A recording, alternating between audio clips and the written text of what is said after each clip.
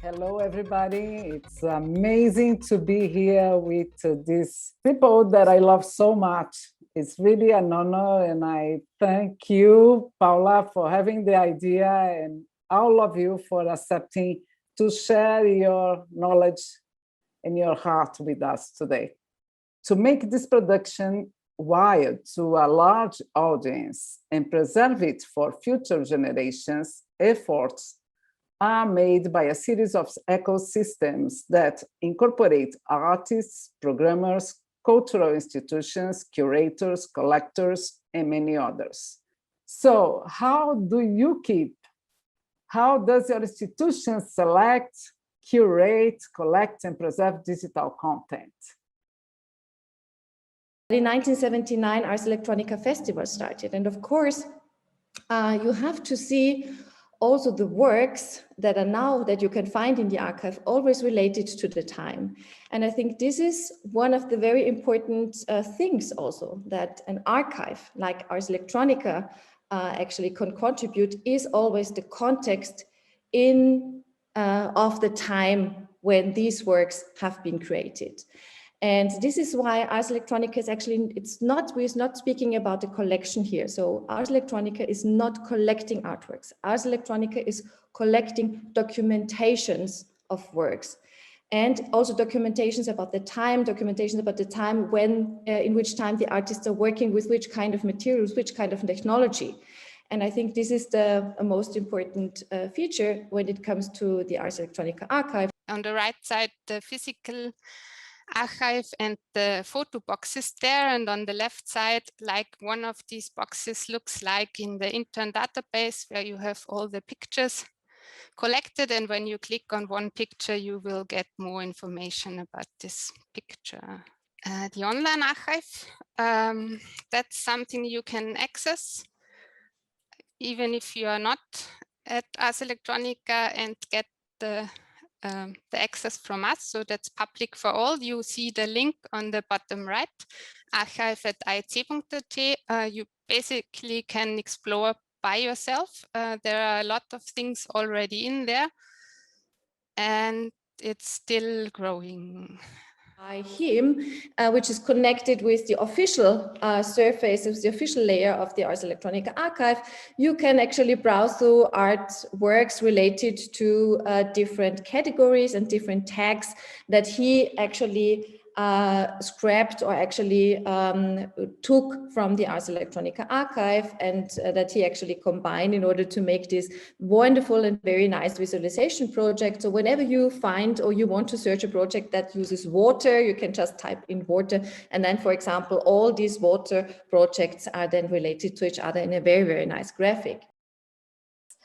I like to call our team the Mechanical Turk in reference to this fake chess-playing automate constructed in the late 18th century. And I thought it's a good comparison for what the ZKM team is. Our job is to make the visitors think that the artworks operate smoothly and beautifully on their own. And actually, there is a team of more than 20 persons that is taking care of maintaining these artworks on a daily basis, but also trying to anticipate on future problems that could prevent those artworks to be exhibited in the future. The functionality of all the media and digital artworks needed first to be checked prior exhibition with test setups. Many works have been repaired or even moved to new formats. And during the exhibition, the works must be continuously checked and maintained. The success of preservation efforts depends on the availability of free things, diverse expertise, experience, and spare materials. So we are conservators, computer scientists, electrical engineers, technicians, art historians. All together, we are gathering exceptional skills in preserving old systems, and we are committed to show the public as long as possible how artists use technology at different time periods. And over the years, some 5,000 artists were evaluated, of which more than 500, at this point, something like 700, fulfilled the criteria, resulting in the documentation of many of the most relevant artists across all continents. And now, Ada received, together with the Art University Linz and the University for Applied Arts in Vienna, a 1.2 million euro grant to develop Ada into a research, and this is most important, a cost-free teaching school for all art schools, and as a key information resource for galleries and museums. Therefore, we would like to invite all of you artists, scholars, and representatives from institutions to become a contributor, create your profile, and upload information on works, literature, and exhibitions. I love the interplanetary idea because I understood that one way of making these pieces alive is also showing not only the magic, but showing the science behind.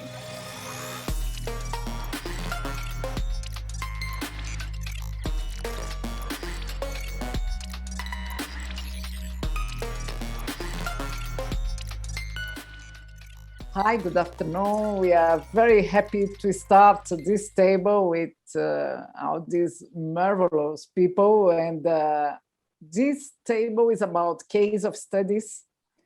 Contrary to common belief, obsolescence is a real threat to digital art. To face such a challenge, many artists, curators, researchers have developed methodologies that help to preserve hundreds of works of art in collections around the world.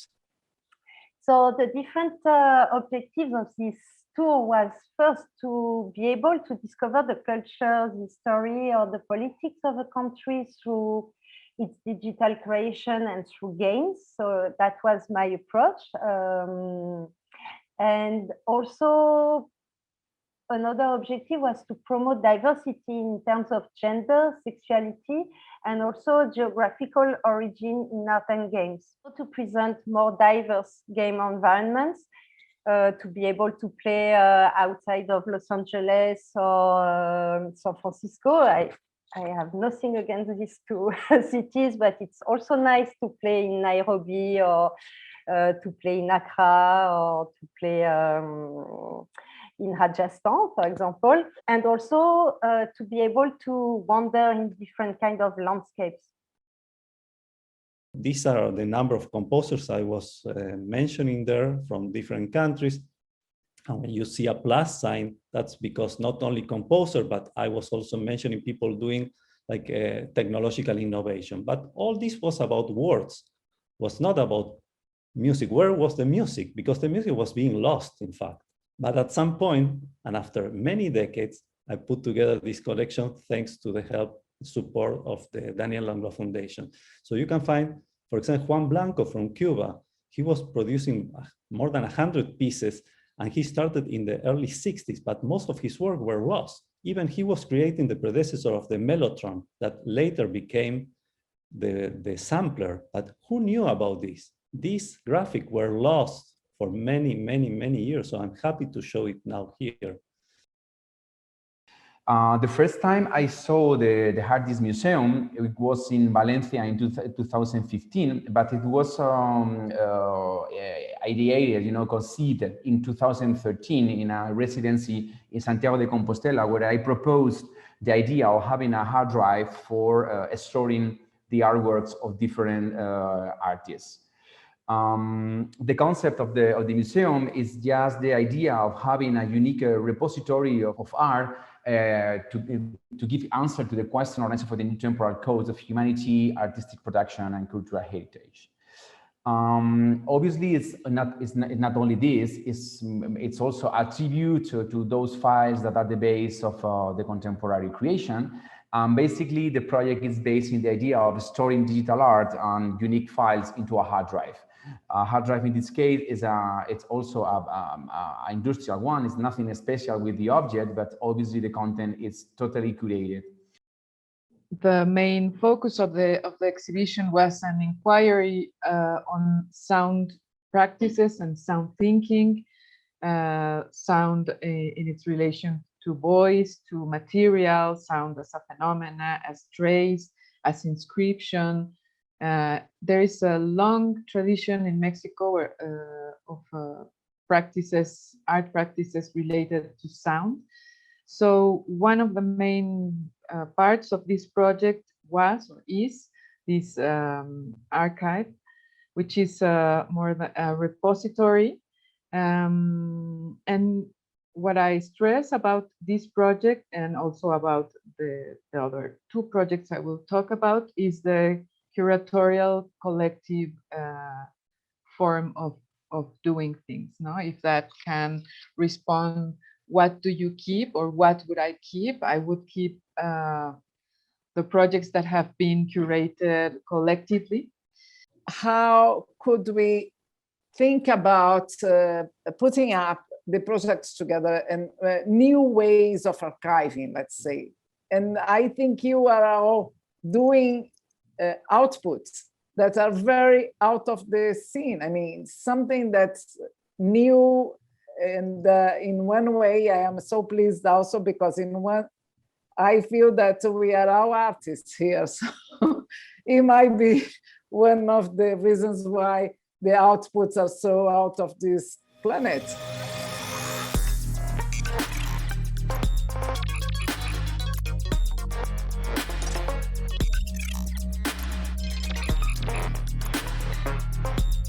The challenges of digital art that we've been facing for some time now. To just briefly summarize here, as the reading of all the code and software can be difficult, the economy of obsolete technology and the reliance on third, often commercial parties makes it hard to access hardware and software over time. Similarly, perhaps one thing is available, yet its embedding in larger networks and webs of relations poses additional challenges. And with the consequence that maintenance of software and hardware can be very time-consuming and expensive. Digital art may be cheap to buy, it's another thing to keep it running. As well, with different people working on a project simultaneously and even over time, changes to the work will happen. Moreover, artworks can evolve into other versions, which makes it hard to define what an artwork is or consists of in a digital environment. And everything all the time needs to be checked if it's still working, be repaired, be maintained, updated, etc. So perhaps a word of warning in the sense that I'm particularly looking at those digital artworks that are networked, that are interactive in some sort of way. So in other words, what I think is particularly relevant of those types of artworks is that they're impermanent, they're variable, they're fragile. They're all the sort of defining conditions when you talk also about the digital preservation of these artworks. Today, I would like to talk about Abraham Palachniky, a Brazilian artist, was born in 1928 and unfortunately last year passed away due to the COVID. He is one of the pioneers of kinetic art, especially in 1948 when he started to work with light and movements. His work is done as a movement, as a poetic construction of a visual experience. And of course, if it doesn't function, it doesn't exist. And that is the main problem of his work. His works are functioning with electricity, with small motors, with incandescent light bulbs. So if one of the light bulbs burns, the work is incomplete. If one of the motors doesn't function, the work stops. When the work is not on, it is just a flat screen without anything. So the artwork doesn't exist. And this has been a recurrent problem. Most of these machines were done in the 1950s and early 60s. And the artist bought the incandescent light bulbs at this time. And bought a lot of them. And then over the time, he has been constructing these machines using the stock he had, but he ran out of stock. And the Cinechromatic works were sold to museums, were sold to collectors. And from that moment on, they were under the care of people that didn't know how it functioned, exactly how it had to be restored, because the artist didn't give any instructions. So what we do is we try to find out which are the original light bulbs that are inside and use these bulbs, open them with a special technique and put a LED light inside with the same intensity and the same color, light color, as the light bulbs, the incandescent light bulbs. And in this way, we restored several of these burned lamps with the original color. It was the world's first commercial artificial intelligence supercomputer invented by Danny Hillis, who I got to meet when he and I were both graduate students. He sort of pounced on me and asked me to be the product designer for the computer he had been designing for his PhD thesis, because he had just started a startup company, this is 1983, to actually build the machine. And the big difference was, at that point in the early 80s, the supercomputers, even if they were called parallel supercomputers, had maybe 4, or maybe, I think the most was maybe 8 processors. And this one had more than 64,000, but very small 1-bit processors. The reason why it could function was that it was, all these processors were connected together in this 12-dimensional Boolean n-cube.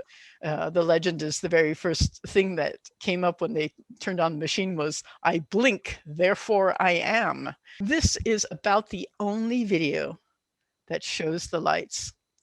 And the interesting thing is, I used this video, I gave it to the engineers who were making a simulation grid of LEDs, and said, this is the only video I have of the machine actually running.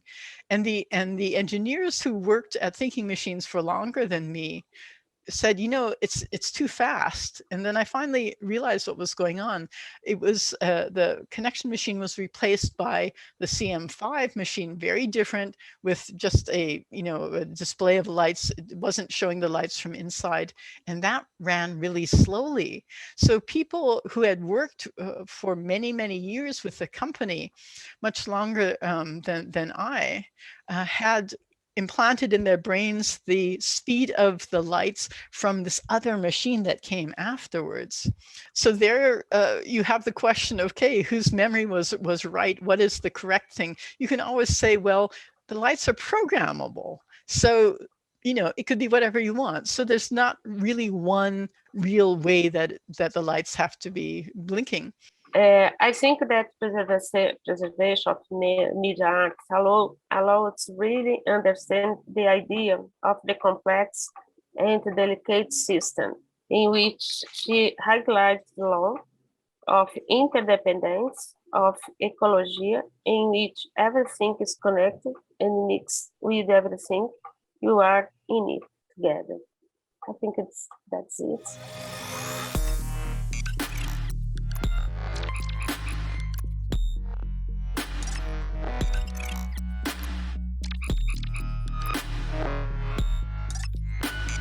Digital preservation is not an easy task.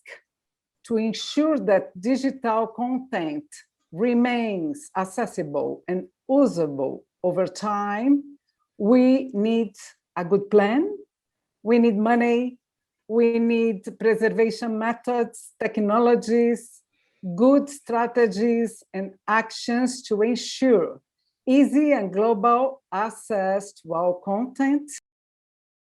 We had 26 symposia so far, and we have really gone around the globe, like the last few symposia were in Colombia, South Africa, Korea, and a virtual one from Montreal last autumn. She started to build and is building together with Jan and a number of other volunteers, they're all volunteers,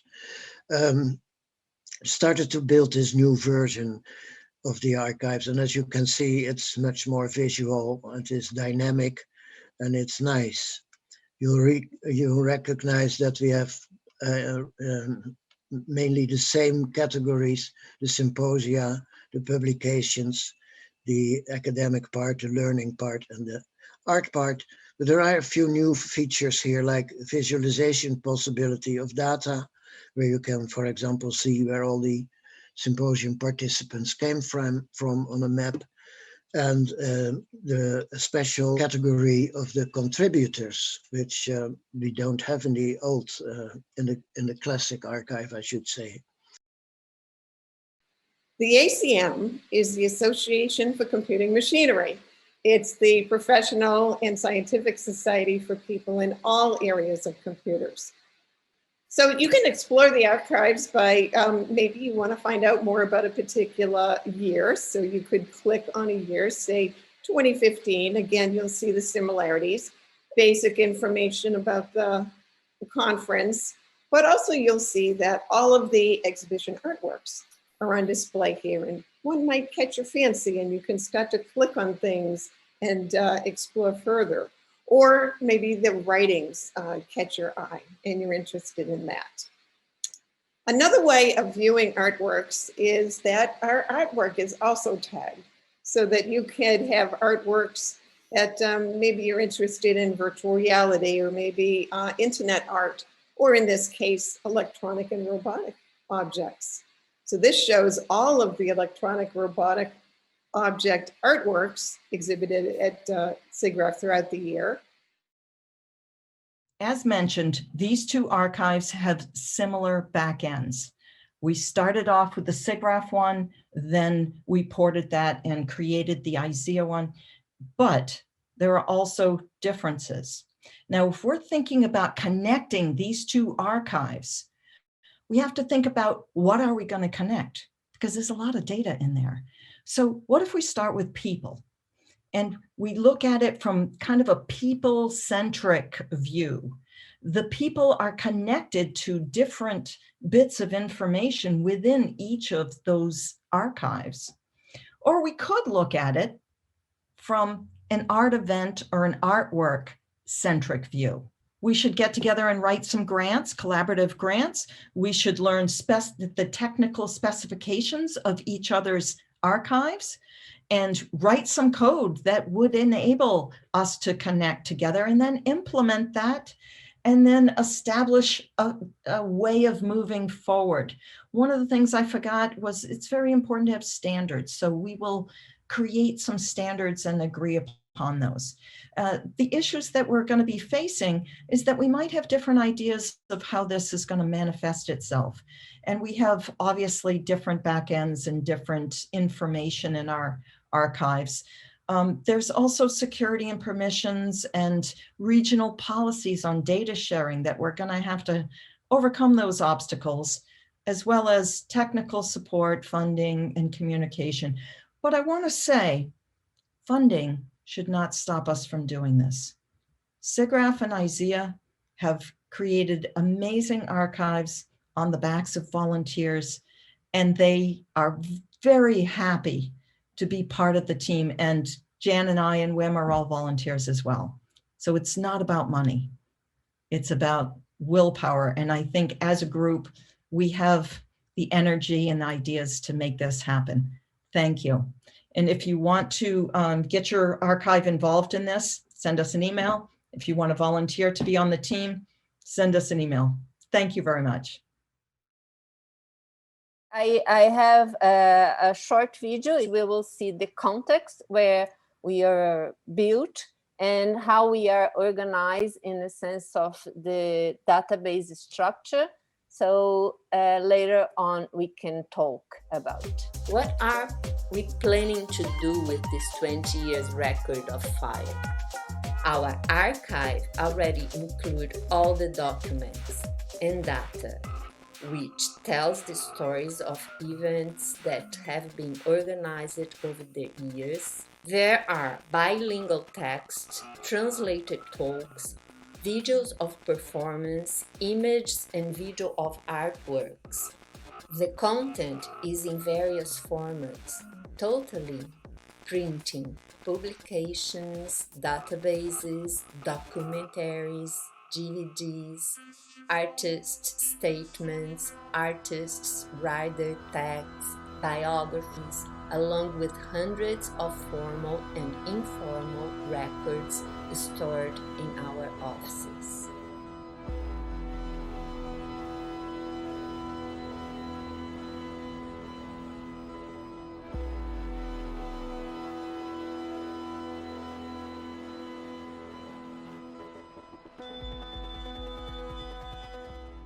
It is a core mission and desire to make this content available to the public in an accessible environment.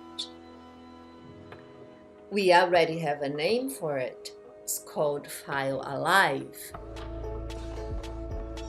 We would like to discuss here, together with the International Society of Electronic Art Community, possibilities of how to preserve the traces left by our 20 years of work and leave this as a legacy, while in the same way reformulating what is traditional in art, in the sense that we deepen and strengthen the relationship between art and technology.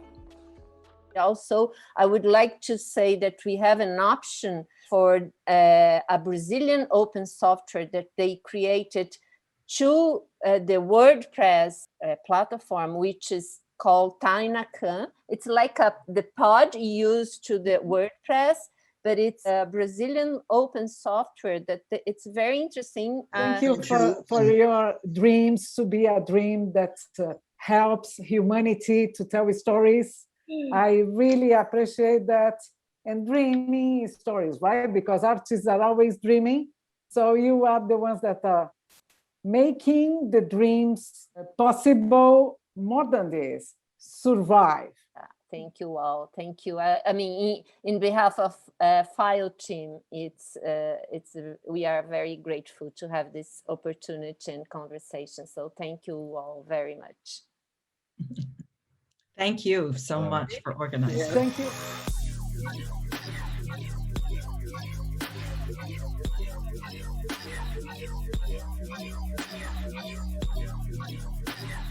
Boa tarde a todos e todas. Meu nome é Silvia Laurentes e serei a moderadora dessa quinta sessão do evento File Alive, Arquivo Vivo, com o título de O que arquivar, demandas e princípios da memória digital. Antes de passar a palavra aos convidados, gostaria de colocar dois destaques dessa sessão. Primeiro, além do fato de serem especialistas no tema proposto, somos todas de universidades públicas. Me coloco nesse rol também, por ser da USP. Isso é importante por vários motivos. Claro que pela responsabilidade que temos em formar, gerar e distribuir conhecimento. Mas, ontem, as sessões chegaram a propor futuros encontros para organizar plataformas integradoras entre instituições que já contêm bancos de dados sobre arte e tecnologia. E sou da opinião de que as universidades públicas devem fazer parte desse, digamos, consórcio. A organização desse evento deve concordar com isso, uma vez que montou essa sessão. E não apenas por este motivo, as pesquisas em arte e tecnologia no Brasil se desenvolvem, em sua grande maioria, em ambientes universitários, que são verdadeiros espaços de desenvolvimento e pesquisa para muitos artistas dessa área desde seu início no país. Muito bem, entrando um pouco mais aqui no próprio Tainacan, né, deixo o site de referência. Acho que aqui é o lugar que vocês podem certamente encontrar mais informações, né, sobre o projeto. Muitas vezes me perguntam, né, por que Tainacan, de onde vem esse nome? E tem várias versões disso, né, mas a versão que nos fez adotar esse nome, a versão que a gente também mais gosta.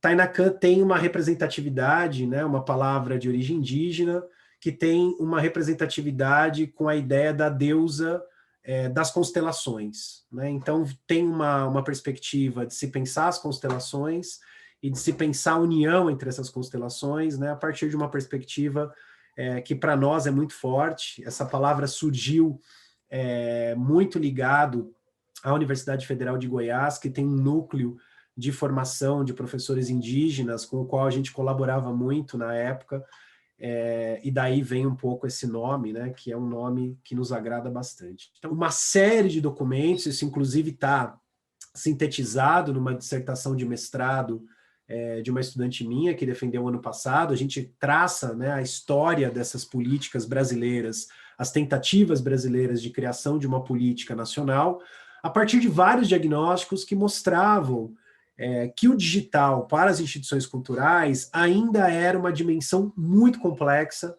muito custosa e muito difícil de introjetar no dia a dia das instituições por problemas diversos.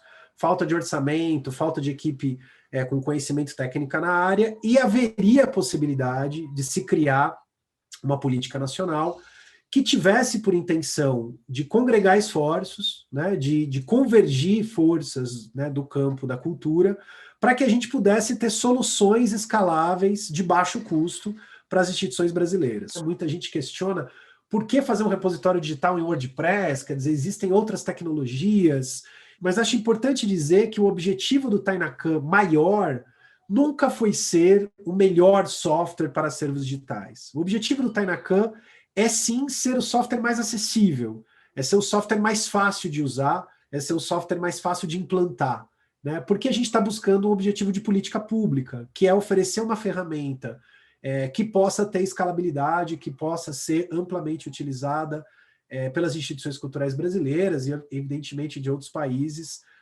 mas com foco nesses problemas nossos aqui do Brasil.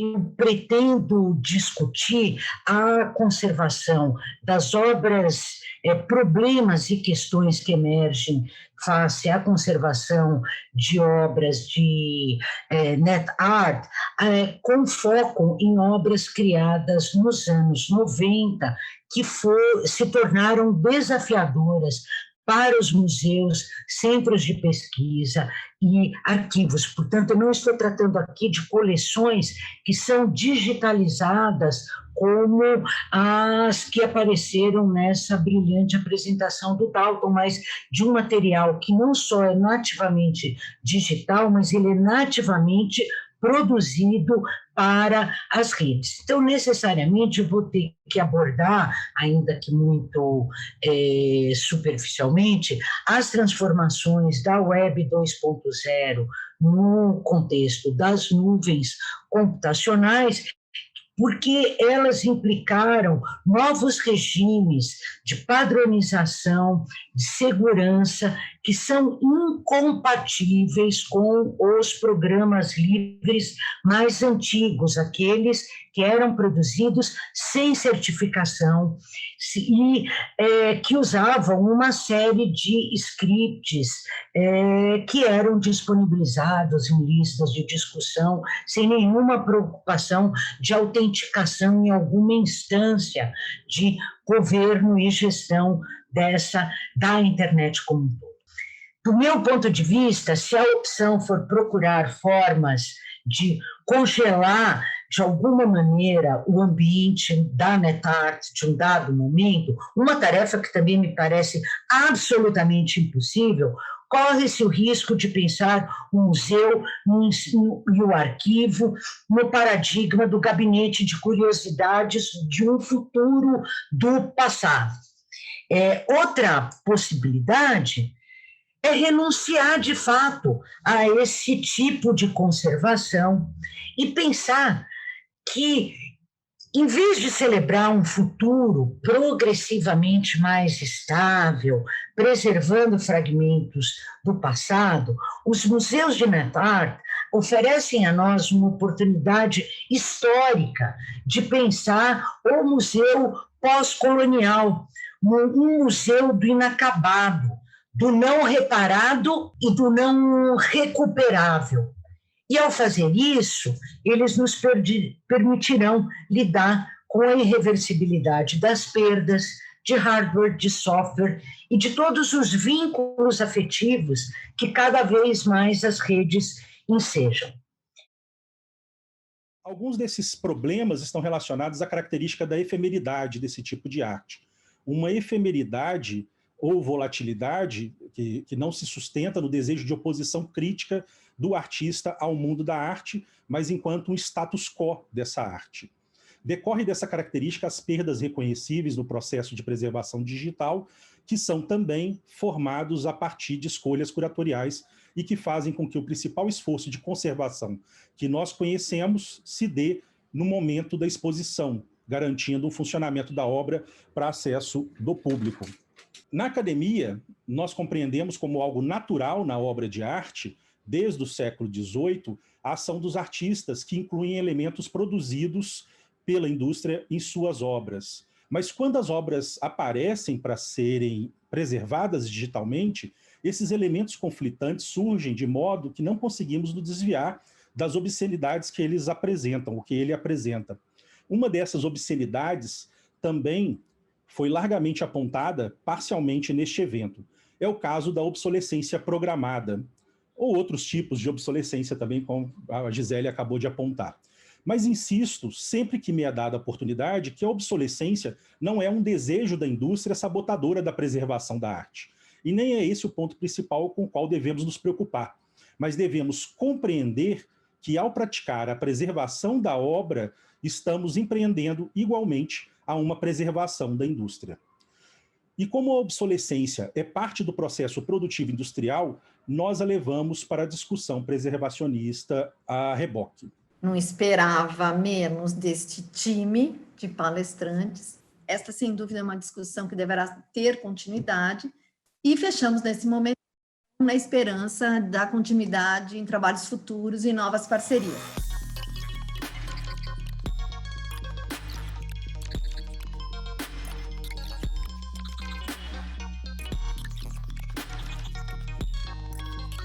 Nessa sexta e última sessão do evento File Alive, Arquivo Vivo, coloco como destaque dessa sessão a composição por especialistas que trabalham na área de patrimônio cultural em diferentes instituições, que vêm aqui apresentar suas experiências e discutir na prática a patrimonialização digital de bens culturais e os impactos de acervos de amplo alcance para a integração social e difusão de conhecimento. Acredito que fomentarão estímulos e soluções que perspassaram em todas as sessões do evento. Eu já começo contando para vocês o que são as plataformas Wikimedia, para quem nunca ouviu falar. Vocês podem verificar aqui que a gente já tem o ícone da Wikipédia, é o mais reconhecido, provavelmente, dentro dessas plataformas, mas também existe todo um universo, né, que a gente chama de que fazem parte desse ecossistema de conhecimento livre, fomentado pelas plataformas Wikimedia, e elas se caracterizam por serem plataformas que vão atuar com conteúdos em licenças livres, são plataformas colaborativas, então existe uma comunidade voluntária extremamente ativa dentro de todos esses projetos que fazem com que eles efetivamente aconteçam. As plataformas Wikimedia também são sem fins lucrativos, né, o que é bastante importante para o funcionamento desse ecossistema de conhecimento livre. Eu faço parte do Wikimovimento Brasil, nós somos uma associação de editores voluntários das plataformas Wikimedia, a gente atua em uma série de projetos, inclusive de educação, e a gente fomenta também várias parcerias com instituições culturais, então aqui eu deixei listadas algumas das instituições, vocês podem verificar que são instituições com perfis bastante diferentes, né? Então a gente tem instituições que têm um acervo bastante pequeno, outras instituições são gigantescas, como o Arquivo Nacional, por exemplo. A gente tem aqui também o Museu Paulista da USP, enfim, várias outras que estão aqui listadas e que vão disponibilizando sistematicamente os seus acervos naquelas plataformas que eu mostrei para vocês anteriormente. E agora eu vou destacar para vocês o coração desses projetos Glam Wiki, que é o Wikidata. Então, o Wikidata é um banco de dados dos projetos Wikimedia, é um banco de dados web semântico, livre, colaborativo, multilingüe, isso é fundamental também é o banco de dados secundário, né? Isso quer dizer que ele faz pontes com outros bancos de dados também, e é um banco de dados estruturado. Tudo isso que eu vou mostrar a partir de agora nos links do Gate estão disponibilizados gratuitamente, com licenças abertas. Tudo pode ser feito download, tudo pode ser compartilhado. A ideia é justamente que a gente abra as reservas técnicas, que a gente abra e saia desses armários e dos cofres e possamos, através dos acervos, estabelecer processos de comunicação, informação e educação. E todas essas instituições, não vou nem ter tempo de nominar agora, vou distribuindo, foram instituições museológicas, biblioteconômicas e arquivísticas, públicas e privadas brasileiras, que disponibilizaram parte dos seus acervos, seus conjuntos de dados, tiveram um árduo trabalho de preparo, de licenciamento, de sistematização, e andaram com a gente durante um semestre. A gente tinha reuniões semanais com todo mundo para preparar os pacotes de dados, que são, então, esses conjuntos de informações livres que foram disponibilizadas para que os programadores e os grupos de desenvolvedores tecnológicos pudessem propor soluções para essa questão da expansão do acesso aos acervos via digital. Fortemente recomendo a aba Formação, que está aqui no nosso menu inicial. Se você entra aqui, você tem acesso a 3 ciclos com videoaulas inéditas que foram dadas por todos esses parceiros, sobretudo os parceiros estruturantes que eu citei nominalmente ao princípio. Tudo aqui voltado para o campo do jurídico, do licenciamento e da abertura dos dados. A ideia de informação livre, como tornar o seu dado um dado acessível, aberto para ser não só fruído, como também manipulado, desdobrado e replicado. O Banco Itaú resolve criar uma instituição cultural na época, há 34 anos atrás, e o que se resolve é a constituição de um banco de dados informatizado para divulgação de processos artísticos e culturais pela tecnologia, que por si só já era um ato pioneiro há 34 anos, e por uma instituição não cultural, mais pioneiro ainda, né? Essa possibilidade de você ter esse material aonde você não trabalharia com acervos físicos, né? O Itaú Cultural tem o seu acervo próprio, o próprio banco tem acervos de obras de arte, mas a base de dados, originalmente, a função dela era trabalhar com informação e divulgar essas informações de maneira com uma curadoria, né? Você seleciona esse material e faz uma curadoria para divulgar esses dados para um maior número de pessoas. Este mapinha que aparece aqui, se vocês olharem, eu tenho cores, cada uma dessa cor identifica uma tipologia de informação de verbete, que são pessoas, instituições, obras, eventos, termos e conceitos. Os quadradinhos menores, que talvez seja muito pequenininho para vocês verem aqui, ele indica a área de expressão que esse item está relacionado, artes visuais, cinema, música e dança, e as interligações da onde eles surgiram, né? Porque a gente, esse patrimônio digital, essa informação digital, no fundo, desses objetos, ela só tem sentido quando interligada entre si, né? É quando você consegue fazer essas relações. E isso foi um exercício que a gente fez assim, a gente escolheu um nome, a gente começou ali no meio, se vocês olharem, pelo Hélio Oiticica, e daí a gente foi puxando coisas de lembrança, assim, que a gente sabe, que a equipe sabe que tem na enciclopédia, e foi puxando e foi trazendo as relações e deu nesse mapa, né, que é a representação do que a gente entende do que é esse conteúdo da enciclopédia, né? Primeiro, em nome do FAI, eu quero agradecer assim, esse time incrível de palestrantes que a gente teve a oportunidade de reunir nesse projeto. Agradeço a disponibilidade e a generosidade de cada um, que cada um da sua forma trouxe muito brilho e calor para essa discussão. Esse projeto, Arquivo Vivo, Encontro Online, teve como propósito aprofundar e aproximar a discussão de estratégias de apoio ao patrimônio nascido digital para a produção, organização, catalogação, manutenção e recuperação de registros na área da cultura digital, e na documentação de obras criadas no campo da arte e da tecnologia. E numa conversa direta com os profissionais nacionais e internacionais que estão pensando e atuando empiricamente nesse contexto. Consideramos que este encontro foi um sucesso. Para mim, assim, eu estou muito satisfeita com o resultado, não apenas pela aproximação que houve entre os profissionais que se dedicam de alguma forma para uma mesma causa, né? Mas pela construção que a gente está tentando tecer dessa memória no âmbito digital. Agradeço mais uma vez todo mundo. Muito obrigada.